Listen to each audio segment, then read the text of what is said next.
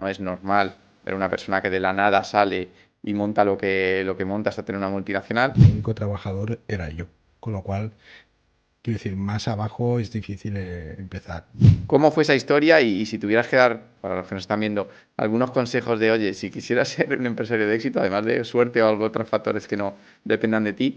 Y en ese momento pues tuve una pequeña crisis, ¿no? Digo, yo tengo 37 años y esto no es una empresa como la que yo quiero tener. ¿Cómo es un poco también el futuro con el tema de la IA? Sí. Es una disrupción tecnológica brutal y va a cambiar el mundo tal y como lo conocemos. Ahí ya tendrá una capacidad de sustitución mucho más rápida y evidente, y hay otras en las que me cuesta verlo. Hola a todos y bienvenidos un día más a mi canal, La Pizarra de Andrés. En el día de hoy tengo conmigo a Pablo Martín, fundador y consejero delegado de Icertis. Pablo, muchas gracias por estar con nosotros hoy. ¿Por qué no nos cuentas un poquito quién es Pablo Martín y qué es Icertis? No, gracias a vosotros, un verdadero placer estar en este programa que, vamos, me encanta. Eh, a ver, Pablo Martín es el fundador y el CEO actualmente de Icertis, y sigo siendo su principal accionista. Y Certis es una consultora tecnológica que fundé hace 30 años y que actualmente es una de las consultoras tecnológicas de referencia en España. Ha crecido muchísimo a lo largo de todos estos años. Empezó como una empresa pequeña, pero a lo largo de todos estos años ha ido creciendo hasta convertirse en una empresa de referencia en España y con una presencia muy importante en muchos países de Europa y de América. Es curioso porque he entrevistado a mucha gente, de hecho aprovecho para decir que la mayoría de lo que me viene lo filtro y en la gran mayoría de casos lo rechazo, pero en este caso pues un poco estudiando la empresa, hablamos de una empresa de más de 300 millones de capitalización, su fundador, que eres tú, que es un caso muy curioso porque no es normal ver una persona que de la nada sale y monta lo que monta hasta tener una multinacional.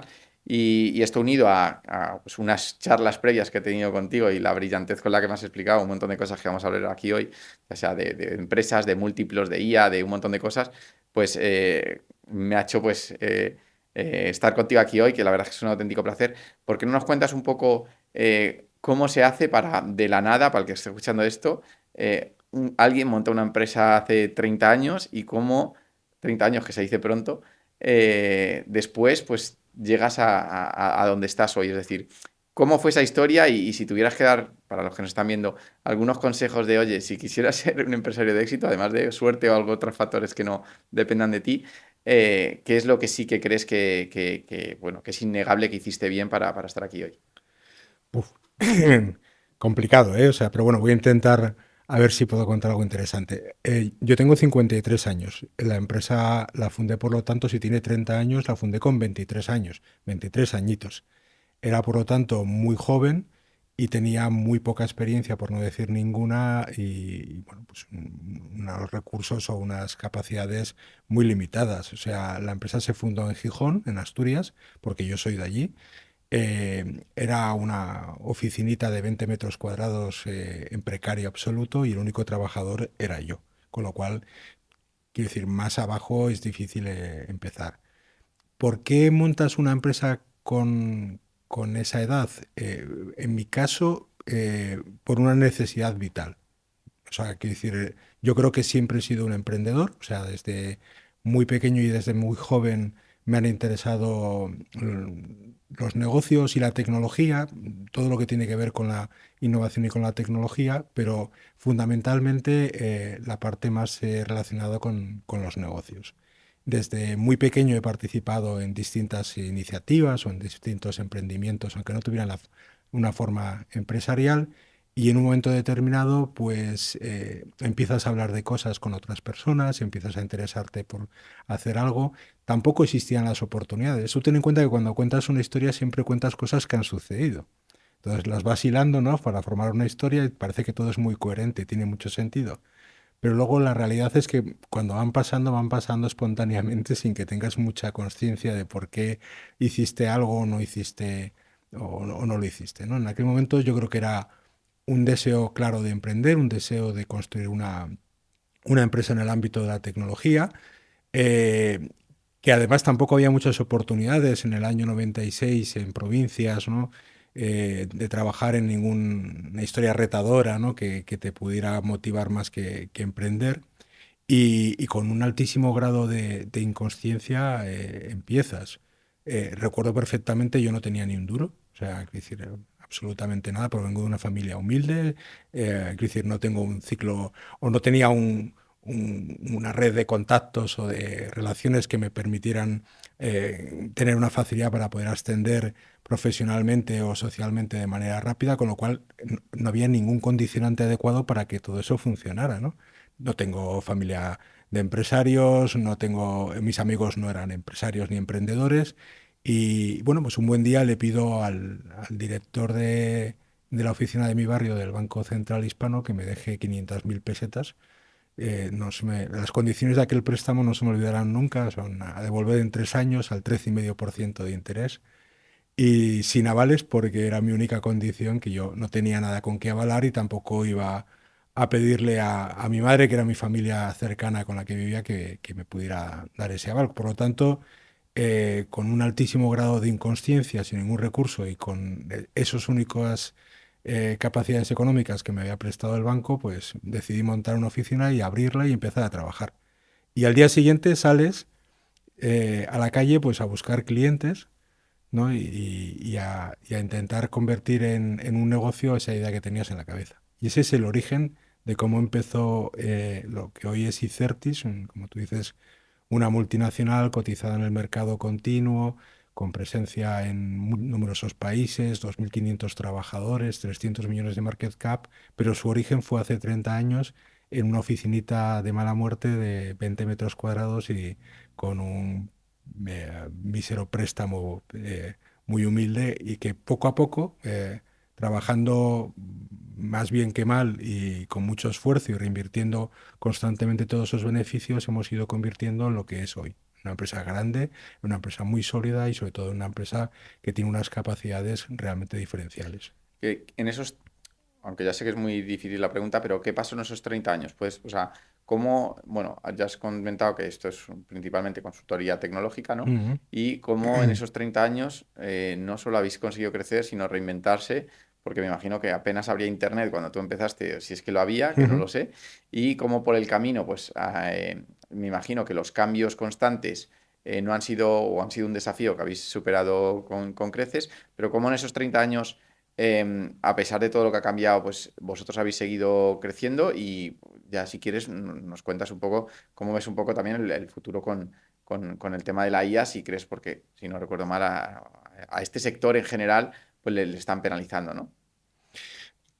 A ver, la empresa que fundé y la empresa que hay hoy en día evidentemente no se parecen en nada y todo ha sido un proceso de cambio de metamorfosis continuo, ¿no? O sea, quiero decir, si hubiéramos tratado de hacer desde el principio, si hubiera tratado de hacer algo en una etapa posterior, no lo hubiera conseguido. Eso lo tengo clarísimo, ¿no? Dices, realmente cuando empezamos, pues era una empresa, como digo, yo solo, que fue adquiriendo trabajadores y fue creciendo posteriormente, pero que hacía tareas muy básicas. Prestábamos servicios de capa de valor muy baja para micropymes y pymes locales. O sea, desde suministrar servidores o redes locales, conexiones a Internet incipientes y programas de gestión, servicios técnicos, cosas muy sencillas. ¿Y por qué hacíamos cosas tan sencillas? ¿Era lo que te gustaba? No, a mí me hubiera gustado más dedicarme a diseñar e-commerce y implantar e-commerce en grandes empresas.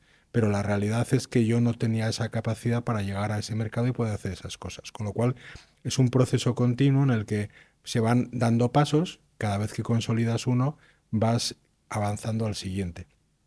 Pero las empresas van transformándose poquito a poquito y de vez en cuando se encuentran con grandes muros, ¿no? Con grandes saltos que ya no son avances incrementales pequeñitos.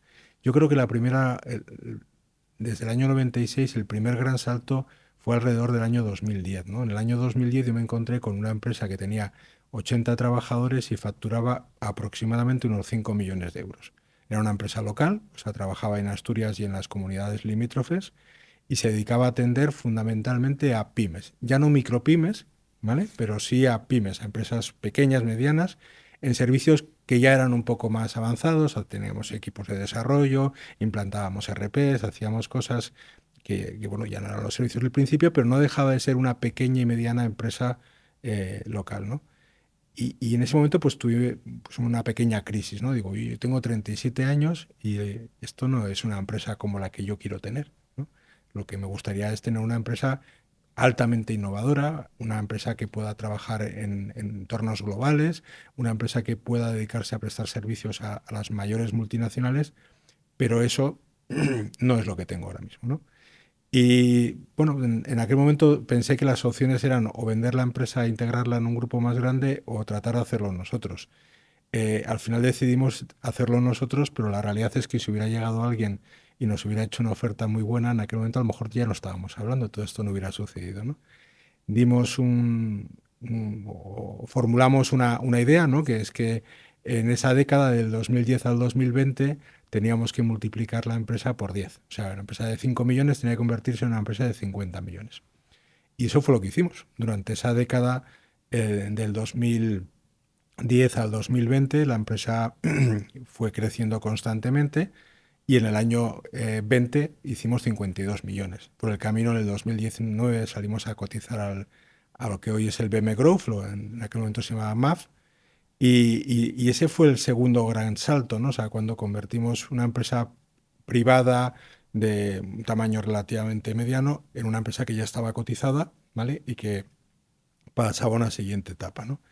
Y el tercer gran salto es en el que estamos actualmente, ¿no? Cuando conseguimos que esa empresa que pasó al BM Growth con 46 millones de facturación en el 19 y que ya era una empresa de 800 trabajadores y demás, se ha convertido hoy en una empresa cotizada en el mercado continuo, una empresa que su segundo país, o el que más ingresos le produce, es el Reino Unido, pero tiene presencia importantísima en Estados Unidos, en Suiza, en Portugal, en algunos países de Latinoamérica, que tiene 2.500 trabajadores repartidos por todo el mundo y que presta servicios de la capa de valor más alta a algunas de las principales multinacionales españolas y de otros países en los que estamos presentes, ¿no? Entonces, como ves, hay 3 o 4 etapas diferenciadas, cada una de ellas son pasos incrementales hasta llegar a un punto en el que se produce de alguna manera una especie de ruptura, ¿no? Son como las placas tectónicas y los terremotos, se van apretando, apretando, apretando, hasta que llega un momento en que friccionan, pegan un golpe, ¿no? Y a partir de ahí vuelven otra vez en la misma etapa. Sí, comentabas un poco, porque la gente se haga una idea de lo que hacéis exactamente, también veo que además hacéis mucha, digamos que gran parte de ese crecimiento es compra inorgánica de otras empresas, que luego integráis aquí, pues que a base de algunas sinergias y de conocer el negocio, pues impulsáis. ¿Nos podrías dar algún ejemplo de cómo en el pasado pues habéis adquirido algo y cómo generáis ese valor de compro esta empresa y integrándola consigo determinados resultados? ¿Nos podrías dar un ejemplo, por ejemplo, de eso? Sí, claro. A ver, nuestro sector en el que operamos crece a una media anualizada a muy largo plazo muy cercana al 5%, ¿no? Entonces, tú por muy bueno que seas, puedes aspirar a mejorar ese crecimiento, pues, no sé, duplicándolo a largo plazo, ¿no? Puedes crecer al 10% anualizado a muy largo plazo. Pero no puedes crecer al 30%, al 40%, al 50% orgánicamente de por vida, porque el mercado pues, no da esos crecimientos. Lo lógico es que cuando estás en un proceso de fuerte crecimiento utilices un mix, ¿no? De crecimiento orgánico e inorgánico. En nuestro caso, esto lo tenemos claro desde hace muchos años y hemos ido añadiendo a nuestro crecimiento orgánico natural un crecimiento inorgánico. Empezamos a hacer algunas pequeñas adquisiciones en el año 2012, sobre todo, y más fuertemente a partir del año 17-18, justo antes de salir al mercado. Cuando hacemos una compra, lo que buscamos siempre no es engordar la empresa, o sea, hacerla más grande per se, ¿no? Evidentemente, el resultado es que la empresa es más grande, pero no es el objetivo principal. El objetivo principal es adquirir de manera acelerada algo que creemos que puede generar valor al conjunto de la compañía. Ya sea pues entrar en un mercado nuevo, nos vamos a un país nuevo y queremos tener una base de operaciones allí, lograr acceder a un cliente que de otra forma pues nos podría llevar años entrar en ese cliente, conseguir capacidades productivas, operacionales que ahora mismo no tenemos, o mejorar cualquiera de esos aspectos o una mezcla de ambos ellos, ¿no? Entonces, siempre hay un racional de negocio, un racional estratégico en cada una de esas adquisiciones. Creo que comentábamos en alguna de estas conversaciones que decíamos antes algunos casos, ¿no? Y siempre recuerdo, no voy a decir los nombres de clientes ni de empresas bueno, por respetar un poco la privacidad de estos casos, pero recuerdo una gran empresa, ¿no? Que es actualmente uno de nuestros principales clientes, que opera en el sector asegurador y, y que queríamos crecer con ellos, ¿no? Y le preguntábamos, oye, ¿hay alguna empresa pequeña que sea proveedor tuyo, ¿no? Y que estéis muy contentos con ellos, pero que el problema o la pena es que no sean mayores para que les podáis encargar más cosas? Y nos hablaron de una empresa en concreto, ¿no? Pues nos fuimos a verla y cuando la vimos, vimos una empresa maravillosa, que hacía muy bien las cosas, eh, que francamente creo que aportaba mucho valor, pero que efectivamente era una empresa muy pequeña, tenía 30 y tantos trabajadores y facturaba, pues quiero recordar que 1.800.000 euros, de los cuales 1,5 millones era ese único cliente. O sea, era una empresa realmente pequeña. Pues les adquirimos, les integramos, ¿vale? Y unos pocos años después, 4 para ser exactos, pues hemos conseguido primero multiplicar por 5 por 6 la facturación que tenemos con ese cliente o grupo de clientes, y segundo, el que actualmente somos un proveedor muy relevante para el cliente y con una gran experiencia, o hemos ido generando más experiencia en el sector, ¿no? Entonces, esta es un poco nuestra estrategia de crecimiento inorgánico. No solo se trata de añadir piezas, de sumar números, sino que se trata de buscar operaciones que puedan generar un apalancamiento operacional, ¿vale? Que produzcan mucho valor. Por supuesto, todo esto son hipótesis, ¿no? Como cuando hacemos inversiones. Y en algunos casos se cumplen más, menos, o hay desviaciones sobre esas hipótesis, pero hay que tener un racional como ese para hacer ese tipo de operaciones. También por entender un poco, porque claro, cuando hablamos de consultoría tecnológica, muchas personas, yo incluida, vemos ahí un conjunto de actividades así un poco etéreas Sí, donde, sí. donde nos imaginamos que pues, se ayudan a ciertas entidades con ciertos procesos, etcétera, etcétera. ¿Podrías explicarnos de una forma sencilla? Yo entiendo que hay todo tipo de opciones, ¿no? Dentro de la consultoría estratégica y que haréis un montón de cosas. Pero si tuvieras que explicarle a la gente, oye, la consultoría de estrategia principalmente es esto, y mira, y te doy un par de ejemplos. ¿Cómo sería? Efectivamente, que tú lo has dicho muy bien, dentro de casi todos los sectores hay una gran heterogeneidad, ¿no? O sea, hay muchas empresas muy diversas. Nosotros estamos dentro del sector de tecnología, pero dentro del sector de la tecnología está el sector de servicios IT, ¿no? El subsector de servicios IT. Y dentro de ellos, quiero decir, estamos nosotros como consultoras tecnológicas. Pero es que dentro de las consultoras tecnológicas hay una gran variedad. En definitiva, la consultoría tecnológica no es nada más que prestar servicios profesionales, ¿vale? A nuestros clientes en un ámbito concreto, que en este caso es la tecnología. Quiere decir que ya sea usando personas, ya sea usando herramientas o sea, quiero decir, productos, ya sea usando determinados tipos de recursos e instalaciones, prestamos a nuestros clientes servicios que les aportan valor para desarrollar sus negocios. Siempre, por supuesto, en el ámbito de la tecnología. Evidentemente, para que nos hagamos una idea, en ese saco pueden caber una empresa que repare impresoras o cajeros automáticos para un banco, y una empresa que esté ayudando a ese mismo banco a desarrollar pues agentes de inteligencia artificial, ¿no? Quiero decir, ambos dos se dedican a prestar servicios en el ámbito de la tecnología para un mismo cliente, pero como ves, la personalidad o el tipo de empresa es diametralmente distinto.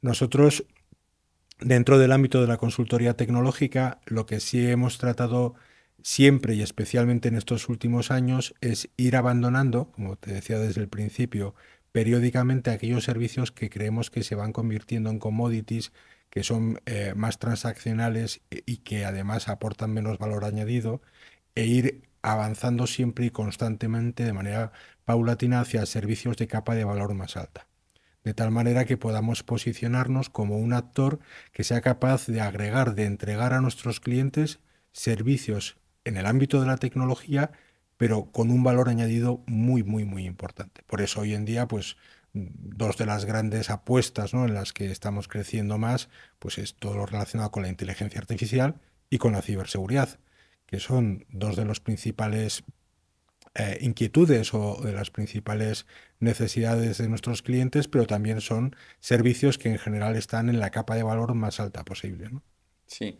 Entiendo que, bueno, abarcando tantas cosas, pues al final la empresa está metida en 1000 proyectos, está, como bien hablábamos antes un poco de las cámaras, está continuamente invirtiendo, continuamente buscando crecimiento inorgánico, es decir, que un poco que estáis a 1000 cosas y quería preguntarte si todo esto, porque cuando yo, por hacer un poco de abogado del diablo, cuando me meto un poco en las valoraciones de la empresa, cualquiera que sea parte del canal, que ya entiende conceptos que a lo mejor son muy extraños para la persona de a pie, pero que la gente de aquí ya empieza a entender, pues el Enterprise Value, el EBITDA, el PER, el EPS, el Earnings Per Share, todo este tipo de Mm. cosas.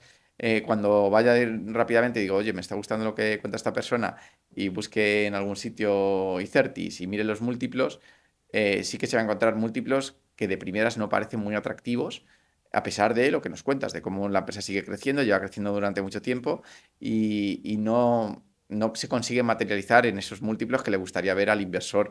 Digo al inversor promedio, que creo que tiene un Sí, sí. nivelillo, pero a lo mejor no termina de entender la profundidad de todo esto. ¿Qué nos dirías un poco, si alguien está viendo un poco esos múltiplos, cómo le intentarías convencer tú de que, oye, que esta empresa está haciéndolo muy bien por esto y por esto y por esto, y tener mucho cuidado cuando veáis esto y esto y otro, que no es todo lo que tenéis que mirar a pesar de los libros que hayáis leído o yo qué sé, o de incluso de mi canal, ¿no? Fíjate, es un tema que me gusta porque además ya sabes que yo tengo mucha creencia por el mundo de la inversión y de los mercados de capitales. En general, todos nuestros múltiplos son atractivos o están dentro de métricas muy atractivas, si bien hay uno que suele llamar la atención, ¿no?, que es el PER, y suele salir con un indicador muy elevado, ¿no? Luego, ahora entro un poquito también a explicaros por qué ese, concretamente ese y no otros, tiene una característica más elevada. Lo primero es que hay que entender que los múltiplos son siempre una foto estática, ¿vale?, por el retrovisor. O sea, los múltiplos nos indican lo que la empresa en un momento determinado ha hecho hasta ahora, ¿vale? Nunca nos están indicando lo que va a haber a partir de ahora, ¿no? Y cuando invertimos en una empresa, lo que nos interesa no es el pasado, sino el futuro. Con lo cual, siempre es un punto de partida el tener claro, ¿vale?, que unos múltiplos de alguna manera nos dan una información muy valiosa que hay que tener en consideración y en cuenta, pero que necesariamente no significa que estemos comprando bien o mal. Pongo un ejemplo, si tú tienes una empresa que tiene un PER 10 en un sector que el PER habitual es 20, aparentemente pues está muy barata, ¿no? Pero si esa empresa en los 2 años siguientes sus beneficios bajan un 80%, pues de repente ese PER 10 se convierte en un PER 50, ¿vale? Y resulta que en lugar de estar muy barata dentro del sector, está muy cara, ¿no? Con lo cual hay que tener siempre en cuenta esto a la hora de hablar de valoraciones por múltiplos. En nuestro caso o en nuestro sector hay, o yo personalmente ya, o sea, que decir, porque son visiones a veces distintas, hay varios múltiplos a los que le suelo prestar atención. El más común en nuestro sector es Enterprise Value EBITDA, ¿no?, que es el múltiplo de referencia, ¿no? El sector más o menos ahora mismo está cotizando en el entorno de 2 dígitos muy bajos o un dígito alto. O sea, la mayor parte de las empresas cotizan en horquillas que van de 8 a 12 veces Enterprise Value EBITDA, Sí, ¿vale? por explicárselo un poco a la gente, el Enterprise Value sería lo que capitaliza la empresa, Más la deuda o menos la caja, o sea, correcto. el conjunto de lo que pagas por la empresa. Si tú tienes una empresa que en bolsa vale 300 millones, pero que tiene 300 millones de deuda, el enterprise value es 600 millones.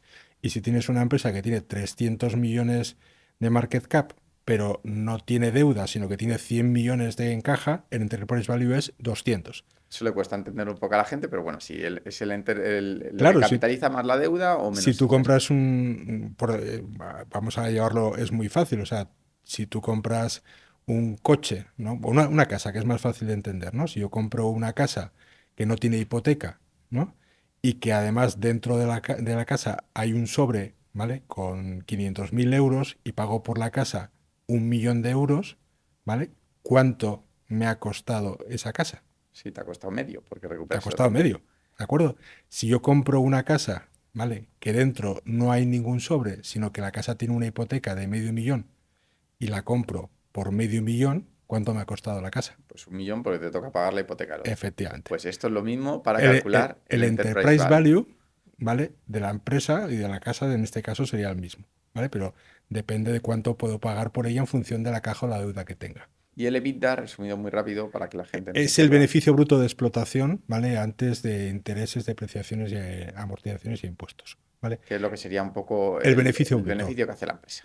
Sí, Bruto. el beneficio bruto de operaciones. O sea, hay que descontar todavía pues, los gastos financieros que tiene la empresa, las pérdidas o deterioros que tiene por amortizar sus activos y, por supuesto, los impuestos, ¿vale? Pero de alguna manera el EBITDA teóricamente, luego hay distintas conceptualizaciones, sirve para saber si una empresa, su negocio genera márgenes o no genera márgenes, ¿no? Entonces es relevante saber para poder comparar cuál es el margen que da una empresa con otra del mismo sector, ¿no? Y en este caso, hablabas que el EBITDA normalmente en el sector está a 10, 8, 9, 10, 12 veces, ¿no? Más o menos. Y el nuestro está dentro de ese mismo rango, ¿no? O sea, quiere decir que por eso digo que no estamos muy lejos, ¿no?, de lo que son los estándares del sector ahora mismo. Hay un detalle muy importante. Mira, yo creo que era Benjamin Graham, ¿no? Que Sí. en Security Analyzed, que el libro, no recuerdo qué año es, del 37, 39, o sea, es del año Es catapum. digamos que el La Biblia origen, del... el origen del value investing, incluso ahora el padre financiero de Warren Buffett, ¿no? Efectivamente, fue el padre financiero, el mentor inicial de Warren Buffett y el con el que empezó a trabajar. Pero o sea, Warren Buffett, perdón, Benjamin Graham era conocido por una cosa. Este no era value, este era deep value. Es más, yo diría tacaño. O sea, lo que decir, este lo que quería comprar era siempre duros a 4 pesetas. O sea, solo miraba o solo le interesaban aquellos negocios que realmente estaba comprando muy por debajo del valor de lo que compraba. Pues incluso él, ¿vale? Había una página que ahora mismo no recuerdo en qué capítulo era del Security Analyze que decía cómo valoraba una empresa, ¿vale? Que crecía a un porcentaje, a otro y a otro. Y la misma empresa, ¿vale?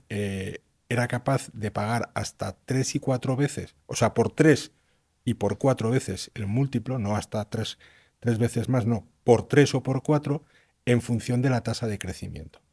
Pues aquí sucede un poco lo mismo. O sea, que decir, tú dices, oye, una empresa tiene una Enterprise Value EBITDA de 10 y la otra tiene una Enterprise Value EBITDA de 14. Y tú dices, la de 10 está barata o está más barata que la de 14. Aparentemente es así, ¿no?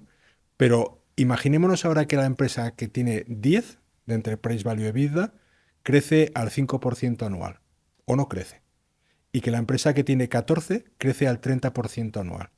De repente está mucho más barata la de 14. Exacto. Lo que quiero decir es que todos los múltiplos hay que ajustarlos por crecimiento. Y luego de nuevo ¿y qué es crecimiento? Porque Sí, claro, porque lo más fácil quizás sería mirar el EPS, que es el Earnings per Share, ¿no? Para ver si, pues por lo menos por ahí, por el beneficio por acción, va creciendo la empresa. Pero ahora me dirás que hay otras formas de mirarlo también, ¿no? claro, porque el EPS está relacionado con el beneficio neto, ¿vale? Y el beneficio neto depende mucho de determinadas políticas de la empresa, ¿no? O sea, quiere decir que la empresa sea más conservadora o menos conservadora con algunas cosas va a generar más o menos beneficio neto. Que la empresa, por ejemplo, sea mucho más activa en crecimiento inorgánico, ¿vale? O en inversiones en el negocio, puede suponer que reduzca su beneficio neto, pero no su beneficio de explotación, y luego veremos que a lo mejor en la caja puede estar generando más, ¿no? Eh, Hablábamos, creo que en un momento determinado, ¿no? Como cambió Amazon en la década del Sí, sí, 2000 al si lo puedes 2010. explicar para que la gente lo entienda, porque la misma empresa en un periodo podría ser horrible a la vista de los múltiplos y en otro, pues todo lo contrario, ¿no? Sí, bueno, son ejemplos, ¿no? Amazon en los finales de los 90, ¿no? Y principios o sea, justo hasta estallar la burbuja.com, era una empresa de alto crecimiento, pero que todavía tenía que demostrar muchas cosas. O sea, quiero decir, había empezado, si mal no recuerdo, en el 94 y bueno, quiero decir, No es lo que hoy conocemos, ¿vale? Era una promesa y una empresa muy interesante, pero no es lo que hoy conocemos. Y la empresa generaba, o sea, iba creciendo y no generaba ni caja ni beneficios. O sea, perdía dinero también en términos de vida y consumía caja, ¿vale? Con la burbuja.com los múltiplos se hincharon muchísimo, lo cual estábamos pagando mucho dinero por una empresa que aún no generaba beneficios ni generaba caja y que además tampoco parecía que quedara mucho en el negocio, ¿no? Era una promesa. Cuando estalló la burbuja.com pasaron dos cosas. Primera, los múltiplos se hundieron porque la valoración de estas empresas cayó en picado, ¿no? Y sin embargo, lo que es Amazon empezó a crecer más y sobre todo y más importante, aunque seguía dando pérdidas porque tenía que amortizar todas las inversiones y porque seguía invirtiendo mucho tal, empezó a generar un montón de caja. O sea, era una empresa que generaba caja. Lo importante de los negocios es la caja que generan los negocios. Los beneficios no dejan de ser también constructos contables. Una empresa puede generar beneficios y quebrar al día siguiente porque se queda sin caja, ¿vale? Y una empresa que no genere beneficios puede generar caja y no quebrar nunca. ¿Puedes explicar un poco esto? Porque claro, la gente, y luego si no, incluso unirlo con el flujo de caja operativo y el free cash flow para que la gente entienda pues un poco todos los niveles Claro, la gente entiende que o una empresa gana dinero o no gana, Ujú. ¿no? Pero luego con ese dinero se pueden hacer muchas cosas y el resultado que termines dando a lo mejor pues no parece atractivo porque ese dinero pues no lo has utilizado como esa caja libre, por ejemplo, para pagar dividendos o cualquier otro tipo de cosas, ¿no? Entonces, podrías hacer un poco un desglose simple para que la gente entienda, oye, una empresa empieza por ganar dinero, que es que le entra dinero en el banco. Y luego, ¿dónde están esas diferencias para que acabe siendo flujo de caja operativo, flujo de caja libre, todo este tipo de cosas que ya es más arquitectura financiera que mucha gente pues no termina de entender y se piensa que o una empresa hace dinero o no hace dinero y en realidad hay como muchos grises, ¿no? ¿Qué es hacer dinero, no? En definitiva, nuestras abuelas eran muy sabias, ¿vale? Y nuestras abuelas era lo que quedaba entre los dedos, ¿verdad? O sea, quiere decir, si tengo dinero, ¿vale? Es que esto funciona y si no tengo dinero, es que esto no funciona. Una empresa para hacer dinero necesita invertir en una serie de activos. Unos son activos a largo plazo, o sea, activos, es decir, una fábrica, por ejemplo, ¿no? Y otros son activos corrientes, pues pagar la nómina de los trabajadores, comprar eh, mercancías para fabricar algo y incluso pues el crédito que da a los clientes, ¿no? Para poder financiar lo que les vende y las existencias que mantiene y demás. Todo eso, ¿vale? Son inversiones. Eh, yo puedo estar llenando mi almacén de productos terminados que no he vendido, pero reconociéndome el beneficio que tienen esos productos, ¿vale? Y eso va a generar beneficio neto. Pero sin embargo, mi caja no solo no aumenta, sino que está disminuyendo en picado. Porque cuanto más fabrico, menos dinero tengo. Me estoy quedando sin caja. Te pongo otro ejemplo. Yo puedo estar vendiendo más porque lo que le he dicho a mis clientes es, oye, en lugar de comprarme de 3 en 3, cómprame de 30 en 30, pero yo te voy a decir que en lugar de pagarme a los 30 días, me pagues a 270 días. Tú puedes ver cómo crecen los ingresos, cómo aparentemente crecen los beneficios, pero le estoy dando una montaña de dinero que yo tenía en mis existencias o que tenía en mi producción a los clientes, con lo cual mi caja empieza a disminuir. Y eso puede llevarnos a que si no es un negocio terriblemente rentable y que esté además muy bien financiado, esa empresa podría llegar a quebrar. Porque cobra mucho más tarde de lo que se descapitaliza, ¿no? Digamos. Sí, incluso de otras formas. Te pongo un ejemplo, una empresa de tecnología que desarrolla tecnología de IA, ¿no? Yo cojo y a día de hoy tengo 1.000 personas en la nómina, de las cuales 100 las dedico a prestar servicios a clientes y 900 a desarrollar mi propio producto, ¿no? Todo el producto que desarrollo lo inmovilizo. O sea, lo convierto en un concepto contable que es trabajos para mi propio inmovilizado. Eso hace que desaparezca como gasto y se convierta en una inversión y por lo tanto vaya a la cuenta de resultados. Y parece que está ganando dinero por haber metido un trabajo que es un activo, ¿no? Y lo que estoy haciendo es generando un activo. Y sin embargo, solo 100 personas trabajan para los clientes y encima, como lo que estoy haciendo es vender o instalar el producto que estoy fabricando, no genero beneficio. ¿Vale? Entonces, tú miras el EBITDA y sale una cifra muy importante, porque hay los ingresos de explotación de las operaciones con mis clientes y además tengo todas las activaciones. ¿Vale? Sí, es El, como be- si las 1000 personas hubieran el producido y be- hubieran producido exacto, el beneficio neto de momento es bueno. ¿Vale?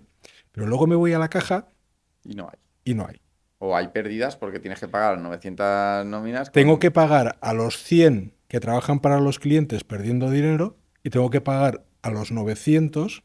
¿Vale? ¿Qué tal? ¿Te das cuenta cómo hay tres conceptos que es el ¿Y tú beneficio? dirías, por ejemplo, que esa empresa va bien o va mal? O depende, porque, claro, hay motivos para creer ambas cosas, ¿no? O sea, por un lado, producir algo y tirarte a un activo que no está produciendo a día de hoy, pero que asumes que algún día dará algo, pero tienes esa incertidumbre. Y por otro lado, tienes otro que es la producción real, que es quien está trayendo el dinero a la casa, como quien dice, que es solo una parte pequeña de la plantilla. Es que hoy vemos muchas empresas que da la sensación que están en ese estado, ¿no? En el estado de la tecnología en el que vivimos donde ves valoraciones altas, depende ya cómo lo mires, pero digamos, empresas que no ganan dinero, que prometen mucho, que a lo mejor están metiendo en valor en ese EBITDA, están metiendo en valor su sistema, su tal, pero a nivel de ventas y de utilidad no está tan claro. Ujú. Entonces, ¿tú qué dirías? ¿Que ahí hay un poco de una burbuja de que hoy vale todo o crees que esto siempre se ha hecho, siempre se hará y no está mal hecho?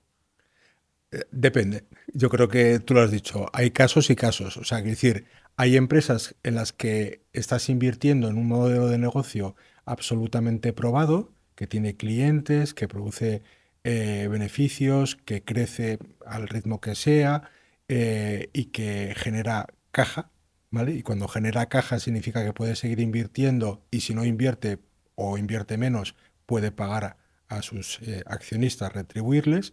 Y hay otras empresas que ahora mismo no lo hacen, pero que son una promesa de hacerlo más fuertemente en el futuro, ¿vale? Normalmente casi todas las empresas en un momento inicial están en esa segunda posición. Solo pasa o solo unas tardan más o menos tiempo en pasar al primer estadio, pero al final todas acaban estando en el primer estadio, ¿vale? No, no siempre permanentemente. Miremos el caso de Microsoft, ¿no?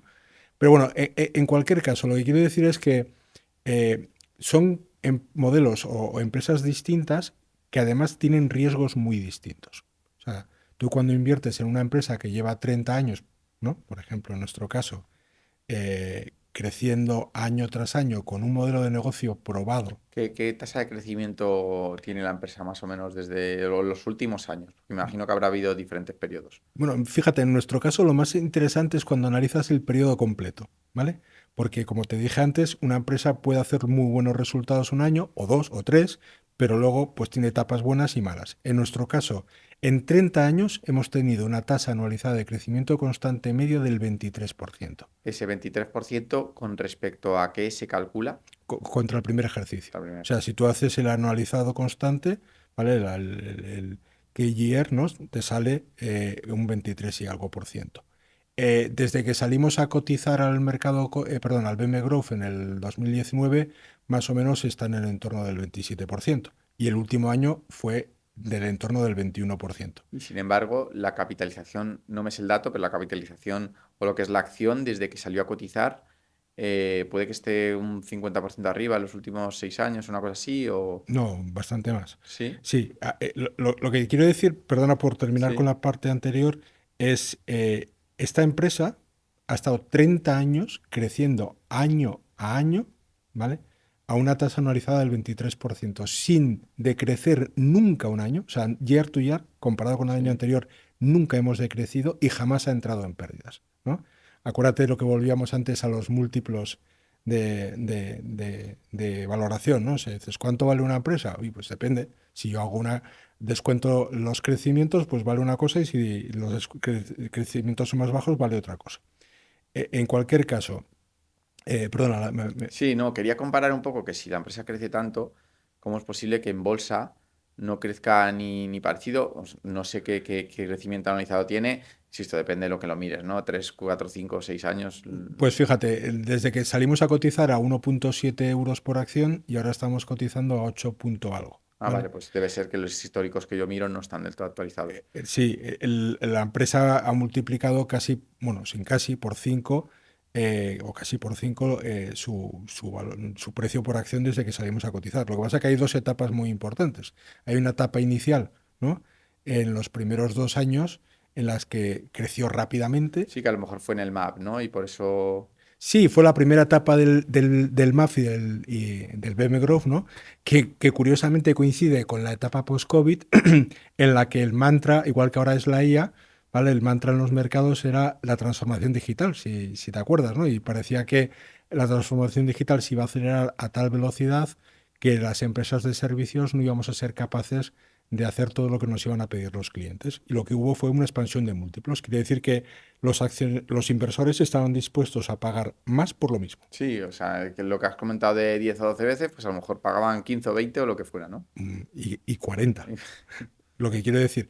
Y de repente, pues pasado un tiempo, pues alguien se da cuenta de que, oye, esto pues, no es así, ¿no? La irracionalidad tiene sus límites y que hay que ajustar esos múltiplos a niveles más razonables, ¿no?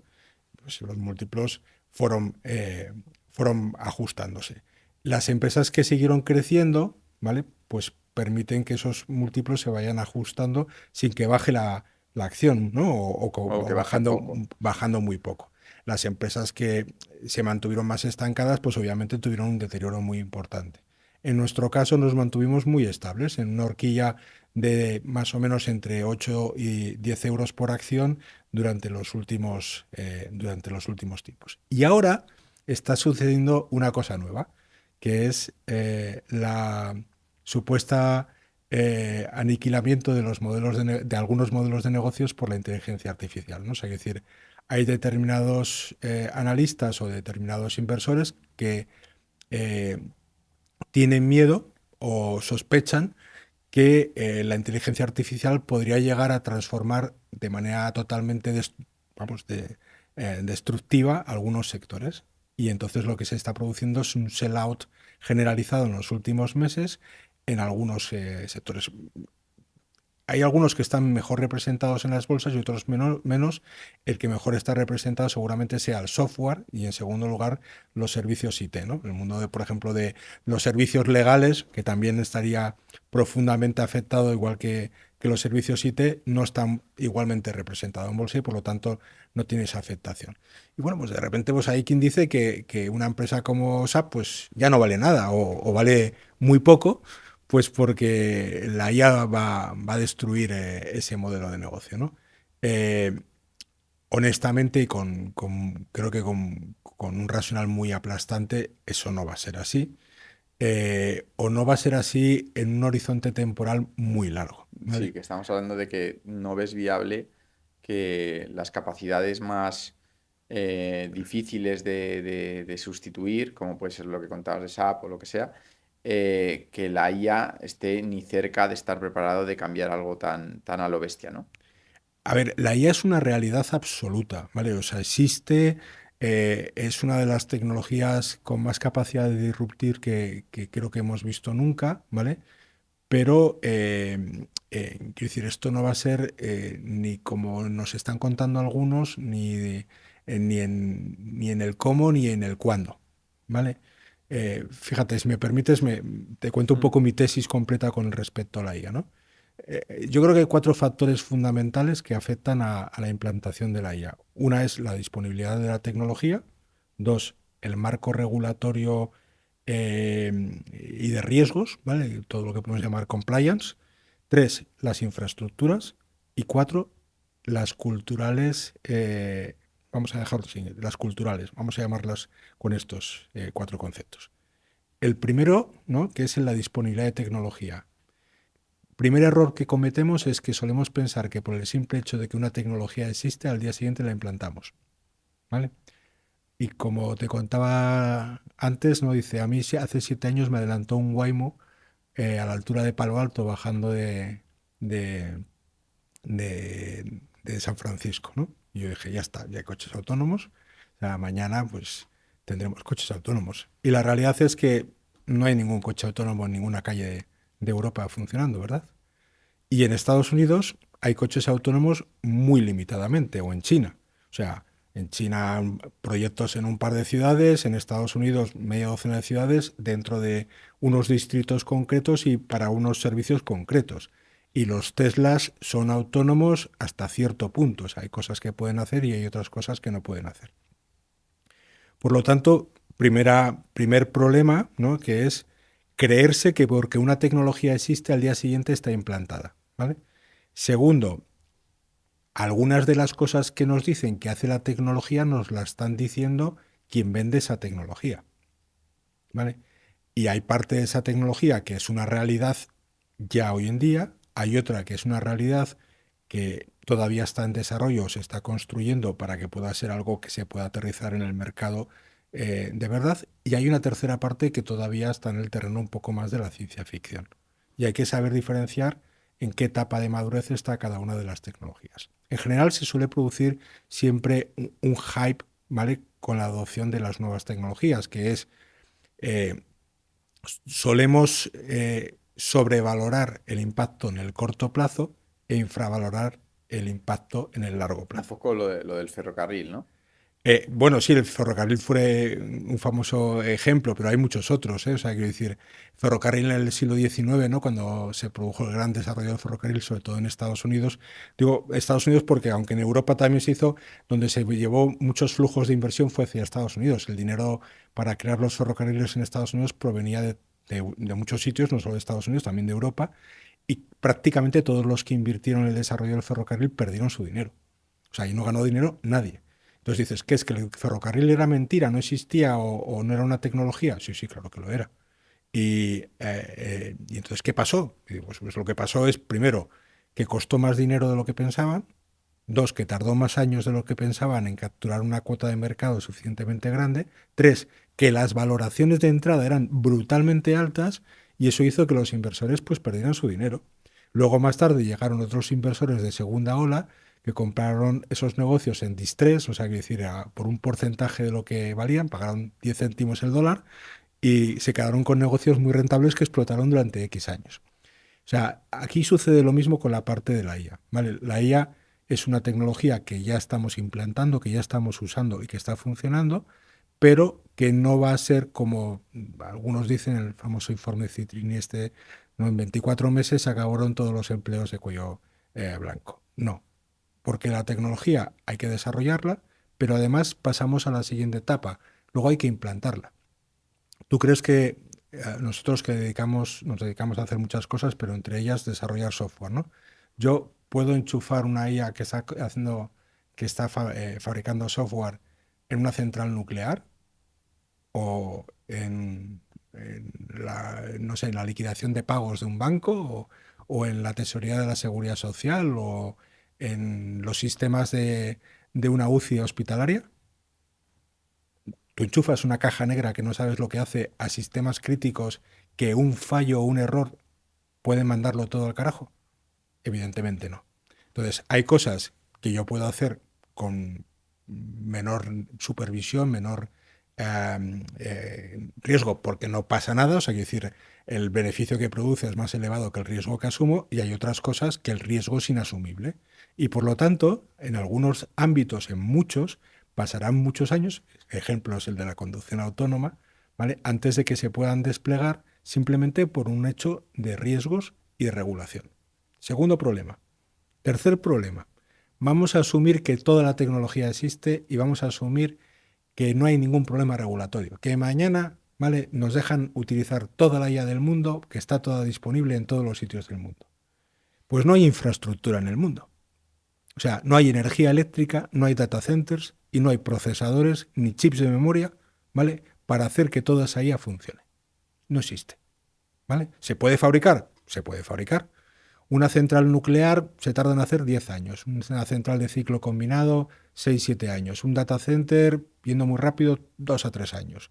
Líneas de alta tensión, subestaciones, O sea, todo esto se tardan años en hacer. Una fábrica de TSMC nueva para hacer chips o una fábrica de Samsung de memoria se puede tardar 8 años en construir. Pero cuidado, eso desde que se toma la decisión de hacerlo y se ponen los recursos. Nadie pone pegas a hacer una fábrica de chips normalmente, o sea, eso suele ir bastante más rápido, pero cuando les hablas de poner una central nuclear o de poner una central de ciclo combinado que poluciona, ¿vale? Las cosas ya no son tan fáciles y a veces se tardan más años en ponerse de acuerdo dónde la quieres poner o si la quieres poner que en construirla después. Y encima, bueno, te dicen algunos que se puede hacer con energía renovable, sí. El problema es que los molinos de viento, cuando no hay viento, no producen y las placas solares por la noche, pues tampoco producen. Con lo cual, es una ayuda, pero no es suficiente. Necesitas sistemas autónomos que garanticen esa producción energética a largo plazo. Hay un cuello de botella tan grande ahí que el desarrollo de la IA creo que posiblemente esté condicionado más por las infraestructuras que por todo lo anterior, que también. Pero luego vamos al último paso. Vamos, imaginémonos que lo tenemos todo, la tecnología, la regulación y las infraestructuras. Luego llegas y te encuentras con la realidad, que son las personas, las culturas corporativas y con las instituciones. ¿Vale? Yo si mañana tengo IA, podría ir y con el mayor de los respetos, a una función pública, a un ministerio y decir, voy a eliminar funcionarios o voy a cambiar cómo trabajan para poner una IA que haga todo esto. No, ¿verdad? No me dejarían hacerlo. Pero voy a cambiar, no voy a hablar de la función pública, voy a hablar de cualquier gran empresa, la que quieras, un gran banco. Hablemos si quieres de otro país para no meterme en jardines, ¿no? O sea, quiero decir, ¿creéis de verdad que se puede transformar de un día para otro los modelos de negocio, las capacidades de las personas, los procesos, la propia cultura corporativa y adaptar todo eso? Lo más difícil que hay en este mundo es hacer cambiar a las personas y hacer cambiar los procesos que están los que salen de las culturas corporativas. Eso es súper difícil. Y lo vimos en el paso anterior, que era la transformación digital. Cuando hablábamos de la transformación digital decíamos, la tecnología es lo fácil, lo difícil es transformar la cultura de las empresas. Y ahí no estábamos hablando de inteligencia artificial, que es un salto todavía más importante. Entonces, hay un montón de cosas, ¿vale? Todos estos 4 factores que os indico, que lo que hacen pensar, o esa es mi hipótesis, es que si bien la IA es una realidad, es una disrupción tecnológica brutal y va a cambiar el mundo tal y como lo conocemos, but not today. O sea, quiero decir, esto le hay que dar el tiempo, las inversiones y los recursos necesarios para que se pueda ir desarrollando a lo largo de muchos tiempos, de maneras incrementales. Habrá cosas que se hagan muy rápido, ¿vale? Y habrá otras cosas que lleven muchísimo más tiempo, no va a ser un desarrollo lineal. Por eso, esos modelos de negocio que teóricamente la IA va a disruptir, ¿vale? No va a ser mañana. Y en algunos casos no va a ser nunca. Por ejemplo, en el mundo de la consultoría tecnológica, ¿no? O en el mundo del software, si quieres hablamos de cualquiera de ellos. Pues es verdad que hay algunos servicios que se hacen dentro de nuestro sector que posiblemente desaparezcan, pero hay otros que se transformarán, serán de manera distinta, y hay otros nuevos que van a aparecer y que incluso posiblemente sean de capa de valor más alta. A lo mejor servicios muy básicos, ¿no? Pues, no sé, testers, ¿no? Gente que hace pruebas muy sencillas en el código, o gente que se dedica a programadores de nivel muy bajo, o quiero decir, gente que está en service desk haciendo simplemente clasificando incidencias, ¿no? Técnicas, o un contact center, ¿no? O sea, quiero decir, pues esas tareas, evidentemente, hay un riesgo muy elevado, ¿vale? De que en un periodo de tiempo determinado vayan a desaparecer en su inmensa mayoría, ¿no? Pero eso no significa que el mundo desaparece. Igual que eso desaparece, aparece la necesidad de ayudar a las organizaciones a implantar la IA. Y eso es un montonazo de trabajo como no, vamos, como no está concebido, ¿no? Pero entonces, un poco bajo tu punto de vista, que yo hacía una tesis mucho más simple que es, ni están preparados las IAs, ni tampoco veo un crecimiento tan exponencial como para pensar que lo van a estar mañana o el año que viene. Siguen cometiendo errores para mi gusto, lo que yo uso bastante básicos. Ni, aunque eso estuviera, hay data centers ni hay energía. Entonces ya con eso, quitando regulaciones, quitando las personas, quitando tal, que yo no había llegado a tantas conclusiones, también lo veía bastante alejado. ¿No crees que con todo esto estamos viendo un boom un poco injustificado, sobre todo en las valoraciones en ciertas empresas, que ahora se puede incluso acrecentar con las salidas a bolsas pues, de OpenAI o si me apuras de SpaceX, que aunque no tenga tanto que ver con la IA, pues también es otra empresa puntera en la tecnología, etcétera, etcétera? ¿No crees que em, podemos estar viendo una burbuja en esa parte de los mercados? ¿O tú eres en ese aspecto dices, oye, que creo que esto, aunque lo está descontando antes de tiempo, es tan bueno que incluso se pueden mantener estas valoraciones, lo que tú has dicho, otros 5 años hasta que esto de verdad, otros 10 años hasta que esto de verdad funcione? ¿O crees que estamos viendo, tú que llevas 30 años, ahora hablaremos un poco de ti como inversor, ¿cómo lo ves tú? ¿Lo ves que tiene algo de sentido o lo ves desmedido? Pues, por ejemplo, según grabamos estos, el Nasdaq y el S&P vuelven a estar casi en máximos históricos. Y siempre está ahí un poco la duda, ¿no? ¿Será esto otra punto .com más? ¿Cuál es tu opinión al respecto? A ver, yo creo que esto no es una .com en un sentido. A finales de los 90 había muchos negocios que realmente no existían, ¿no? O sea, que decir, se estaban valorando expectativas que estaban más cercanas al PowerPoint que a un negocio real. Hoy en día, estas empresas de que hablamos de alta tecnología son negocios muy reales, ¿no? Eh, ya no hablo de OpenAI o Anthropic, hablo de Nvidia Mm. o TSMC. Son empresas muy, muy reales, ¿no? Empresas que facturan, que tienen productos, que crecen y demás. Por lo tanto, desde ese punto de vista, creo que ya no es comparable con lo que ha sido o con lo que fue la burbuja.com. Otra cosa es que hablemos de una burbuja de valoraciones, ¿no? Y haciendo el símil que hacíamos antes con los ferrocarriles.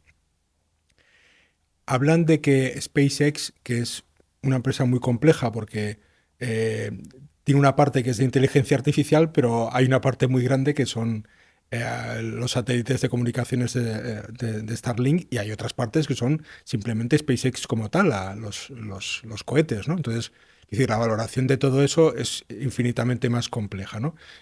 Pero, es decir, OpenAI o tal, SpaceX creo que querían colocarla en el entorno de entre 1.7 trillions, ¿no? O sea, billones europeos, trillions americanos. Hablaban de que el rango de valoración para OpenAI estaba en torno a 900 billions, más o menos.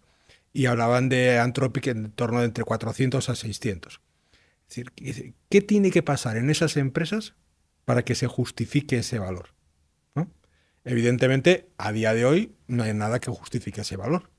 Entonces tú empiezas a hacer árboles de posibilidades, ¿no? Empiezas a decidir qué pueden hacer, y tienes que llegar a una serie de tesis, de negocios y de opciones que vayan a acabar generando unos flujos que permitan defender eso. Lo que quiero decir es que a esas valoraciones yo creo que está descontado todo, ¿vale? Yo creo que a 1.3, perdón, 1.7 trillón está descontado que se montan bases lunares en la Luna, que se van a crear data centers y que van a haber cohetes que lleguen a Marte. Que, que para valorar en 1 trillion a OpenAI hay muchas cosas que ya están descontadas, ¿no? Entonces, puede que sean negocios muy buenos, puede que sean empresas que hagan cosas espectaculares, puede ser que algunas de ellas incluso desarrollen tecnologías increíbles, los ferrocarriles del siglo XIX, y otra cosa es que eso sea una magnífica inversión ahora mismo. ¿De acuerdo? Esa es la duda que yo tengo. Sin embargo, volvemos a las cosas que ahora se están defenestrando, ¿no? Algunas empresas de software o algunas empresas de servicio.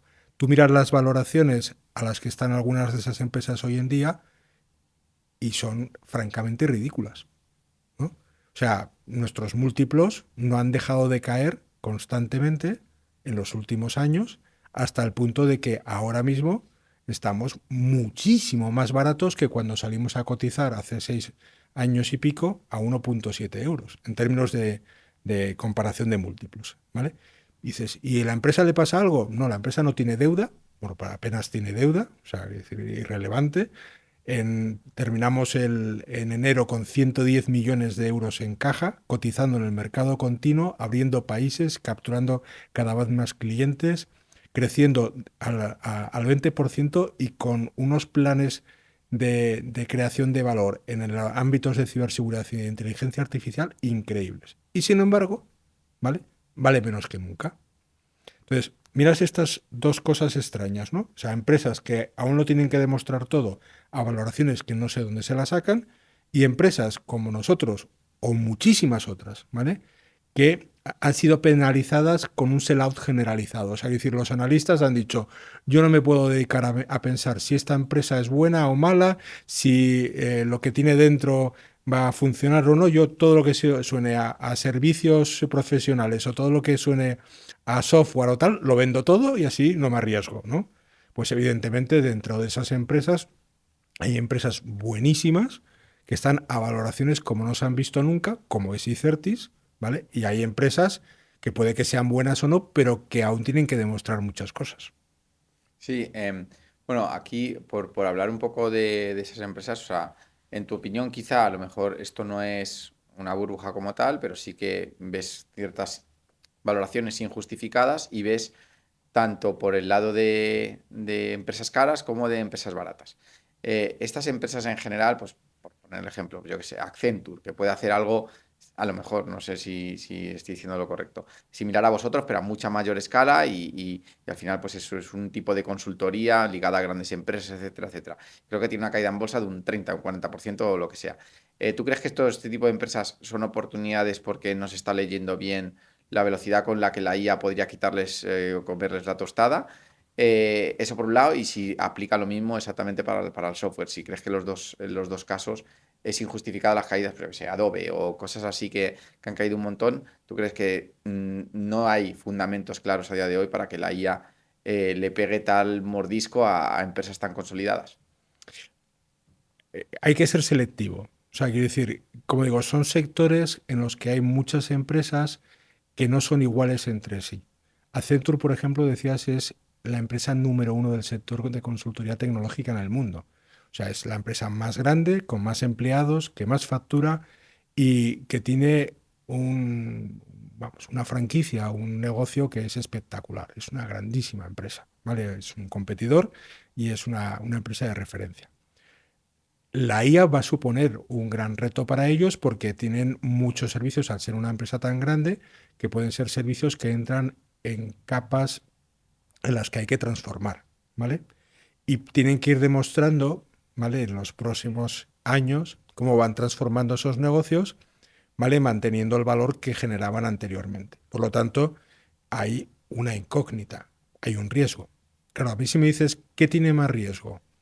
Que una empresa que ha demostrado durante un montón de años que es capaz de ir transformándose y adecuándose a las necesidades de sus clientes, a la tecnología, a los mercados, de que lo haga, o que un modelo de negocio que no existe, ¿vale? Y que tiene unas hipótesis que hace que se valoren altísimamente, se demuestren como verdaderas, ¿no? Pues no lo sé. En el mundo del software, para mí tiene menos riesgo, desde luego, el negocio de la consultoría tecnológica que invertir en IA. En el mundo del software, pues sucede lo mismo. Hay empresas en las que la IA tendrá una capacidad de sustitución mucho más rápida y evidente y hay otras en las que me cuesta verlo.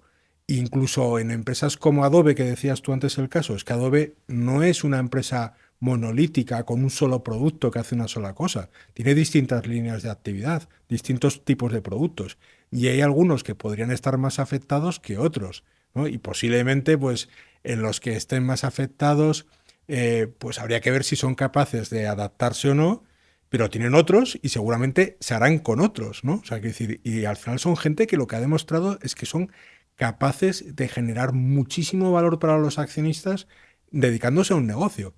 ¿Por qué no van a ser capaces de adaptarse? ¿Por qué esta tecnología, vale, en este caso va a romperlo Sí, todo tan porque es indiscriminadamente? tan diferente la IA de lo que fue A Internet, ver, ¿no? sí, Ah, sí es diferente, ¿vale? No, quiero decir, no, no es lo mismo, pero quiero decir, confiemos en que muchas de estas empresas la transformación necesaria que tienen que hacer van a ser capaces de hacerla. O sea, hay quien dice que SAP ha caído su PER, ¿no? Aproximadamente a la mitad en el último año, ¿vale? Entonces, ¿por qué hoy en día se paga la mitad de lo que se pagaba hace un año por SAP? O sea, ¿qué ha pasado en un año de verdad, ¿no? Para que SAP valga la mitad. Dices, ¿la IA tiene ahora mismo capacidad de sustituir a ningún SAP? Tiene cero posibilidades. O sea, es decir, no hay ninguna posibilidad de que nadie sustituya a un SAP, ¿vale? Usando IA a día de hoy. Entonces, ¿qué se especula? Pues se especula que en el futuro, ¿vale? Se podrán construir sistemas alternativos a SAP, ¿vale? De manera mucho más rápida, más barata. Por lo tanto, SAP perderá valor. Se especula, además, que incluso algunas cosas de las que hoy se montan en SAP se pueden hacer en la misma capa del LLM, ¿no? Hombre, a ver, yo honestamente, un poco sé del tema, a mí me cuesta ver, ¿vale? Que eso se pueda hacer de manera tan fácil y que tú puedas ir a una empresa, SAP monta RPs, ¿vale? Bueno, hay muchas más cosas, pero un producto más conocido es el RP, que están diseñados para las empresas más grandes y más complejas de todo el mundo, ¿vale? Un proceso de implantar un SAP en alguna de esas multinacionales puede llevar a veces 5, 7, 10 años, incluso son procesos que no se terminan nunca, en los que se han invertido cientos y a veces miles de millones de dólares para hacer eso. El nivel de complejidad y de adaptación que tiene eso es indescriptible. Pensar que todo eso se puede sustituir lo mismo con facilidad, a mí me parece pues poco realista, por ser muy, muy suave. Y sobre todo, pensar que eso va a suceder rápido y con lo que hay ahora mismo, yo no me lo creo. Entonces, habrá algunos sectores y algunas industrias que se les afectará más rápidamente y más tal, y habrá otros que no. Y lo que hay que ser capaces es de diferenciar el polvo de la paja, separar o las churras de las merinas, porque ahí es donde los inversores hacemos dinero, ¿no?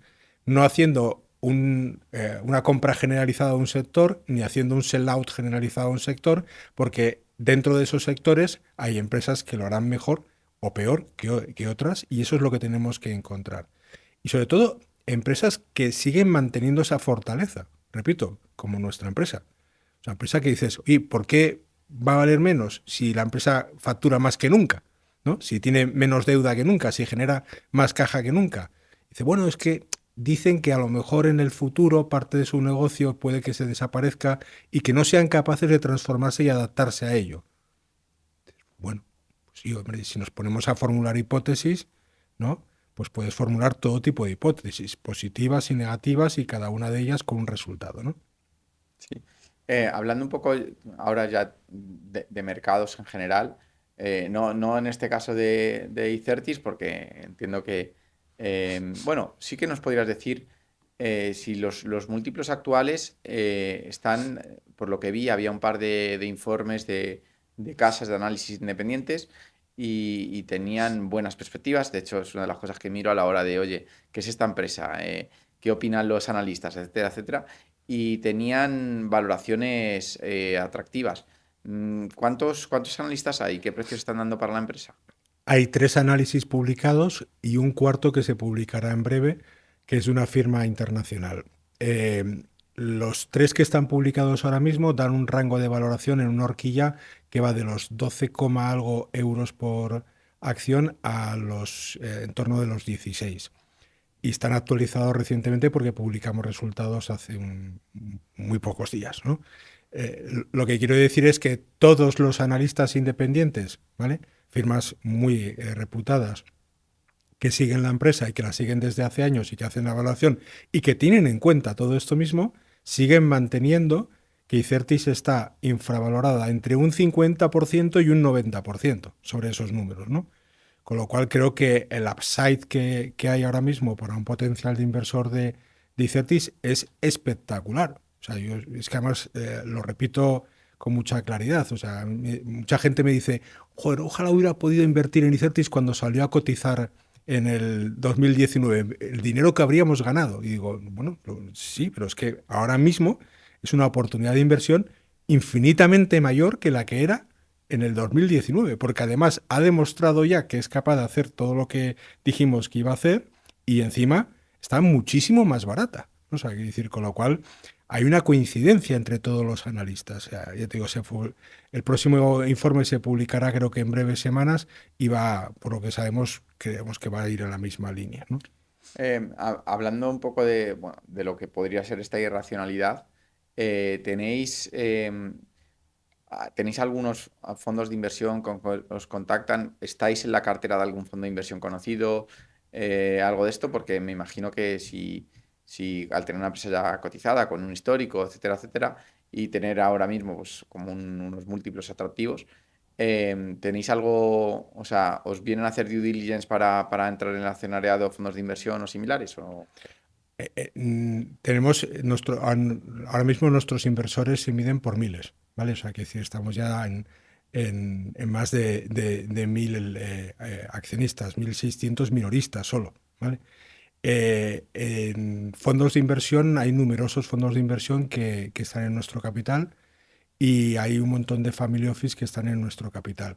El, en enero, Que conozcamos sí, alguno. sí, te voy a dar un dato concreto, es el 28 de enero hicimos una ampliación de capital, ¿vale? Lo digo por decir algo muy reciente, ¿no?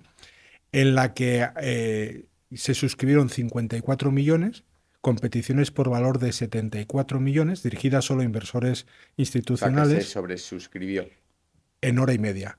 O sea, los libros se abrieron y se cerraron en hora y media. En hora y media, ¿vale? Se recaudaron 74 millones cuando solo había 54 para colocar. Y esto tuvimos que cerrarlo porque evidentemente no tenía sentido y había una sobresuscripción muy amplia para mantener los libros abiertos. En esta operación entraron una veintena de inversores institucionales, entre los que estaban numerosos fondos internacionales. Entraron fondos y bancos italianos, fondos franceses, ingleses, españoles e incluso algún alemán. Eh, la mayor parte de los inversores eran internacionales, pero había tres o cuatro nombres que hicieron pública. Nosotros solo contamos de nuestros inversores aquellos que lo hacen público, de los que lo mantienen en privado no hablamos nunca, pero por ejemplo entró Janus Anderson. Janus Anderson, como sabéis, es una de las mayores gestoras No, de capital del mundo y de Europa, y ¿no? su fondo de small caps es una locura. O sea, su fondo de small Ah, limit caps sí, es espectacular. es increíble. Bueno, pues Janus Anderson fue uno de los principales inversores que entró en enero. Otro gran fondo que entró muy especialista es Alchemia, un fondo italiano, ¿no? Que tomó una participación muy relevante. Y luego algunos de los family office más importantes de España, entre ellos, pues el de la familia Ibaracareaga, ¿no? De Onchena, pues tomó una participación muy relevante en la empresa, mayor del 5%, y otro de ellos que ya estaba presente en el capital, que es Anémona, del Family Office de la familia de Pablo Arnús, no solo mantuvo su posición, sino que la amplió invirtiendo notablemente. Pero como digo, un montón, no cuatro, ni cinco, ni seis, o sea, un montón de fondos de inversión hace mm, apenas menos de 3 meses, ¿no?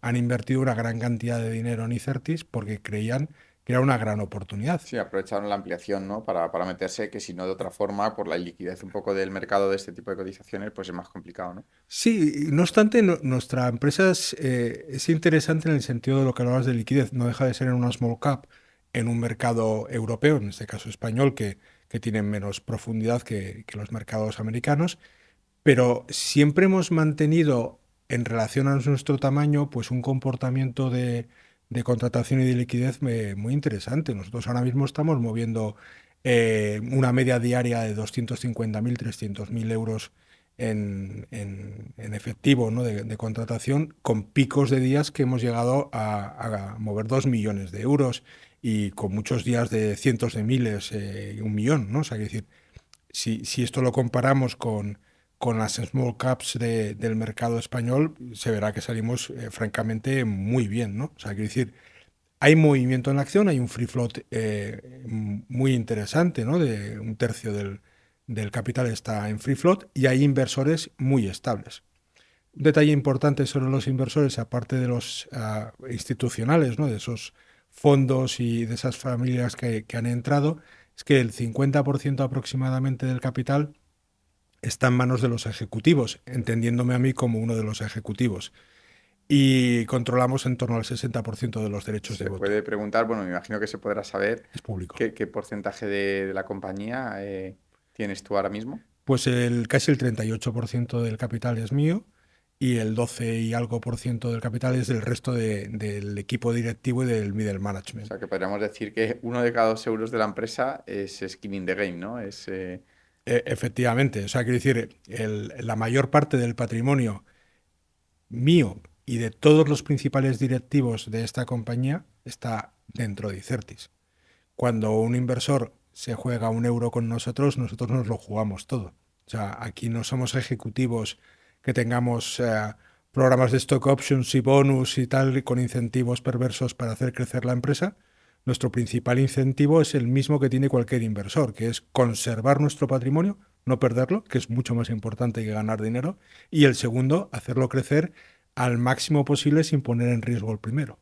Sí, que es algo como que se pasa por alto, pero cuanto más grande es una empresa, más difícil es ver que el porcentaje de acciones pues en este caso entre el consejo, el consejero delegado, etcétera, etcétera, sea grande por razones obvias, ¿no? Cuanto más grande es la empresa, más difícil es que unos pocos tengan mucho dinero, ¿no? En vuestro caso, creo que no habrá muchas empresas.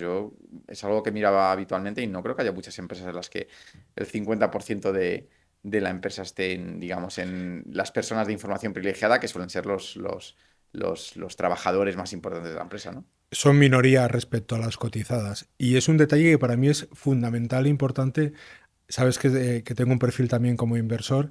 Yo cuando decido dónde invertir directamente en acciones, son aparte de mis ahorros o de mi patrimonio familiar, es invertido directamente en bolsa y otra parte está invertido a través de vehículos, ¿no?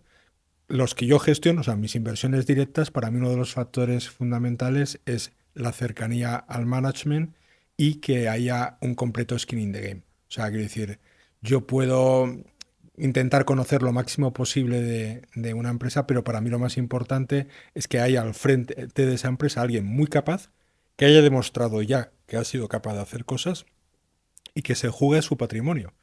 Porque puede estar o no comprometido con proteger el mío, pero con el suyo seguro. Sí, no, totalmente. Hablabas un poco de tu persona como inversor. Si tuvieras que, bueno, no sé si nos puedes decir algo de lo que tienes, que te gusta a día de hoy, dar algún nombre, eso la gente lo agradece.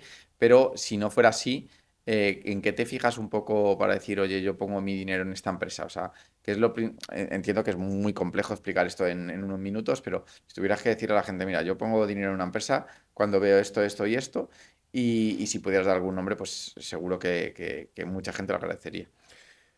Yo empecé a invertir en bolsa en el año 94, con lo cual mi perfil como inversor ha ido variando constantemente y por completo. Digo, porque en el año 94 primero era un crío y aparte no tenía grandes recursos, con lo cual compré muy pocas acciones de muy pocas compañías, eran cuatro para ser exactos, entre el año 94 y 96.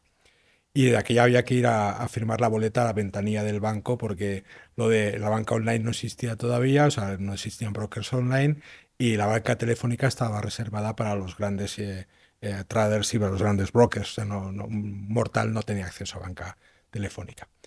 A lo largo de todos los años he ido pasando distintas etapas. Ha habido etapas, sobre todo más en mi juventud, de experimentación, ¿no? Como todos, en los que pues jugar con cosas muy arriesgadas, opciones, sobre todo futuros, cosas más exóticas y demás. Incluso en la inversión, pues buscar rendimientos rápidos. Bueno, el resultado, como es esperable, no fue el óptimo. Y como casi siempre en todo ese tipo de cosas vas aprendiendo que invertir y ganar dinero es algo a la vez mucho más sencillo y a la vez mucho más complicado de lo que parece, ¿no? No hacen falta esos arcanos profundos, esos conocimientos tan profundos, es algo mucho más de saber qué es lo que quieres y de perseguir unos objetivos y de mantener unas políticas estables con una coherencia y con un estudio y con unos apoyos. A día de hoy, eh, por suerte, a mí y a mi familia nos ha ido muy bien en el mundo de las inversiones y de los negocios, no solo con Icertis, que es nuestro principal patrimonio, sino con otras inversiones y con otras cosas que hemos ido haciendo a lo largo de los años.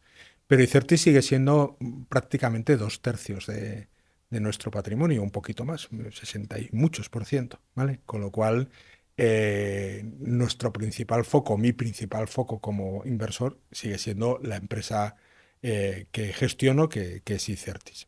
Más allá de eso, el resto del patrimonio a día de hoy eh, está muy alocado en bolsa, siempre lo ha estado. O sea, quiero decir, yo considero que estar en bolsa bien no es tan arriesgado como la gente cree, y estar en productos o en otras inversiones más conservadoras tienen mucho más riesgo de lo que la gente percibe. O sea, todos conocemos a inversores perdón, ahorradores, ¿no?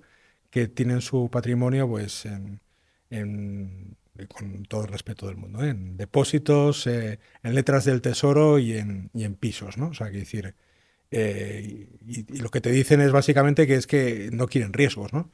Y dice, bueno, y el principal riesgo que estás asumiendo es que estás perdiendo dinero constantemente todos los años. O sea, que decir, una cosa es el IPC, otra cosa es la inflación real y otra cosa es la capacidad que tienes de generar beneficios sobre esa inflación real, ¿no? O sea, con todos esos productos más conservadores, en general no se cubre el IPC, por supuesto. Estamos siempre por debajo de la inflación real, que la inflación real es superior siempre al IPC, y en general lo que tenemos es una pérdida constante todos los años, con lo cual la posición más conservadora es comprar teóricamente una póliza de seguro, que es esos productos, y perder dinero todos los años. En el otro extremo está hacer locuras, ¿no? Como decíamos antes. Yo creo que comprar buenas empresas, ¿no? E invertir en buenas empresas y estudiarlas y mantener eso, ya sea directamente o a través de fondos de inversión, eh, creo que es la mejor inversión que una persona normal, un mortal, podemos hacer a largo plazo. Desde luego es mucho más seguro que comprar un piso, ¿vale? Tiene muchísimo menos riesgo, requiere de mucho menos dinero, el coste de transacción es irrelevante comparado con comprar un piso y es mucho más accesible. Prácticamente cualquiera puede comprar 500 euros de un fondo de inversión y muy pocas personas pueden invertir en un piso, ¿no? Entonces, siguiendo esa máxima, que es lo que creo, la mayor parte del resto del patrimonio está alocado en acciones. Una parte en acciones directas, la mayor parte de esas son participaciones en las que busco o intento llegar a tener un 5%, ¿no? En estos momentos tengo un 5% de varias empresas cotizadas en bolsa y estoy intentando construir alguna posición para llegar al 5% en alguna más. Y luego hay la mayor parte del resto del dinero, prefiero entrarlo directamente a través de fondos de inversión. Pero entonces, esas posiciones que llegan a cierto límite las tienes que notificar Sí, y sí. todo eso, Hay ¿no? alguna que es pública, por ejemplo, Renta 4, ¿no? Tienes tienes un 5% de... Del banco, sí, de Renta 4, soy uno de los principales accionistas y lo soy porque considero que es una grandísima empresa que lleva pues 40 años en el mercado, que año a año ha ido creciendo, que tiene cero apalancamiento, que además la gente los cataloga como un banco, pero no es un banco comercial, es un banco de banca privada y de inversión, con lo cual no tiene ningún riesgo de balance, que tiene una solvencia espectacular, que tiene unos ejecutivos de primer orden, que tiene una familia y en concreto un presidente que además de ser su fundador y su principal ejecutivo, es una persona con un liderazgo espectacular en el mundo de las finanzas y que han demostrado que son capaces de crear valor constantemente, año tras año, de manera espectacular. Claro, cuando fui aprendiendo y viendo todas estas cosas, lo que hice es ir construyendo una posición hasta que dije, bueno, yo quiero tener una parte de mi patrimonio aquí. ¿Para cuándo? Para siempre. Mientras no cambie, ¿vale? Mientras no haga nada distinto a lo que están haciendo ahora, que es generar valor permanente, voy a estar aquí. Bueno, hay alguna otra compañía en la que estoy en proceso de construir ese valor. Y por contra, ¿vale? Hay otras partes que lo que hago es invertir en fondos. Una parte de ellos en fondos de inversión que todos más o menos conocemos, ¿no? Esos principales fondos que lo hacen muy bien, sin ningún tipo de manera consistente a largo plazo, y cualquiera puede contratar. Y luego me gusta también invertir una parte del dinero en fondos de autor, en fondos pequeños, donde se da la misma circunstancia que lo de las empresas con skin in the game, ¿no? Conozco pues algunos fondos concretamente españoles cercanos a los que puedo estar en contacto con el general manager, con el gestor, que tienen el dinero suyo, de sus amigos y de toda su familia metido dentro del fondo, ¿vale? Y que están firmemente comprometidos con ellos. Porque me han demostrado que a largo plazo, de nuevo, suelen tener una responsabilidad muy alta sobre el patrimonio y suelen generar valor recurrente, ¿no? O sea, pues, ese tipo de fondos también. Y luego, a ver, por necesidad y también por prudencia, a lo largo de estos últimos años he ido también diversificando en algún tipo de inversiones que no eran las que yo siempre he hecho. Pero bueno, son menores en mi patrimonio, pueden representar un 10%, que son inmobiliario, arte y algunos otros activos alternativos. Sí, o sea que al final lo que yo intento comunicar a la gente de que la inversión es para todos, que todo el mundo tiene que hacerla y demás, se ve mejor reflejado que nadie en ti, que a pesar de tener una empresa que es tu principal posición, luego tu dinero, pues como cualquier otro mortal, pues se invierte en lo que cada uno considera, ya sea pues una Sí, mezcla de sí. acciones, fondos, incluso activos reales, como bien has comentado, y que le sirva a la gente un poco de ejemplo de que, oye, que los que tienen dinero y los que les va bien y los que tienen patrimonio hacen exactamente lo mismo que lo que tiene que hacer la persona de a pie. Que no sé si ya, un poco por concluir, si hay algo así que le quieras, si te tuvieras que dar un mensaje, pues la mayoría de gente que me ves, gente de 30 y pico años, con ya ciertos conocimientos financieros, que tiene una nómina, que lo invierte y demás, pues tú como inversor, ya no como consejero delegado de la empresa, como inversor, ¿qué consejos le darías a alguien que lleva en los mercados 1, 2, 3 años, cuando tú llevas 30, que lo has visto un poco todo? ¿Qué es ese consejo que tú crees que es el más valioso?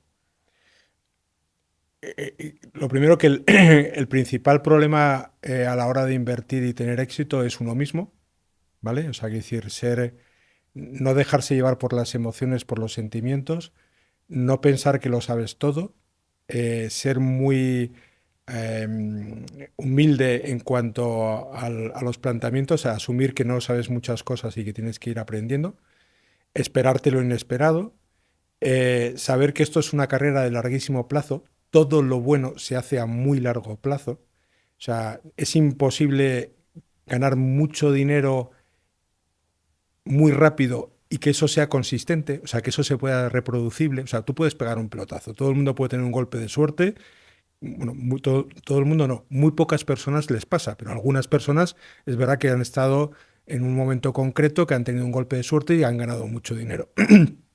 Pero eso no es lo normal. Perdón. Lo normal es que el proceso sigue siendo siempre el mismo, que es alguien empieza a generar poco a poco dinero, ya sea con ahorro o porque tiene un pequeño negocio o porque ha conseguido algo que le permite generar unos pequeños flujos y empieza a ahorrarlo, ¿vale? Eso es lo primero que tenemos que hacer, que es diferir la recompensa. Si todo lo que nos entra nos lo gastamos inmediatamente, evidentemente no hay ninguna posibilidad de generar ningún patrimonio a largo plazo. Entonces, hay que diferir la recompensa y hay que restar parte de lo que de la entrada, ¿no? Para ahorrarlo. Pero ahorrarlo no es suficiente, solo es el primer paso. El segundo paso más importante es invertirlo.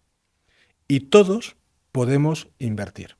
Puede invertir el que gana 1 millón de euros al año y el que gana 1.000 euros al mes, ¿vale? Evidentemente serán cantidades distintas, pero el concepto es lo mismo. Y yo me atrevo a decir que tiene más importancia el ahorro y la inversión para el que gana los 1.000 euros que para el que gana 1 millón. Porque el que gana 1 millón se puede permitir vivir de esos ingresos constantes el resto de la vida. El que gana 1.000 euros necesita cambiar su forma de vida, ¿no? O sea, que necesita progresar.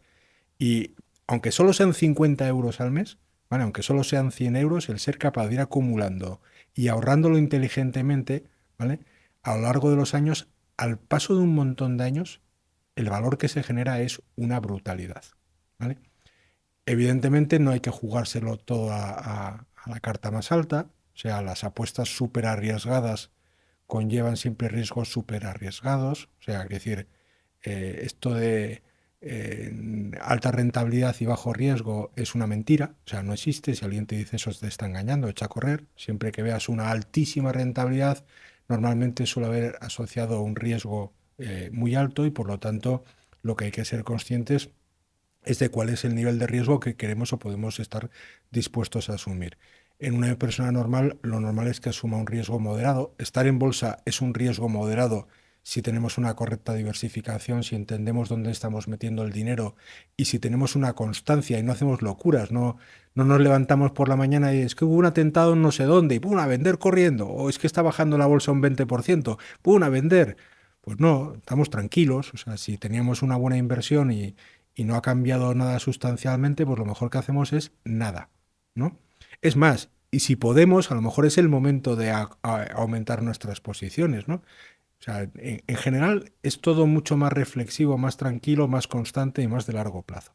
Esto que parece tan sencillo es lo que mejor funciona y es lo que yo he hecho y lo que creo que es accesible para casi todo el mundo. O sea, no grandes estrategias muy arcanas, como dije antes, sino cosas muy sencillas, muy constantes y muy a largo plazo.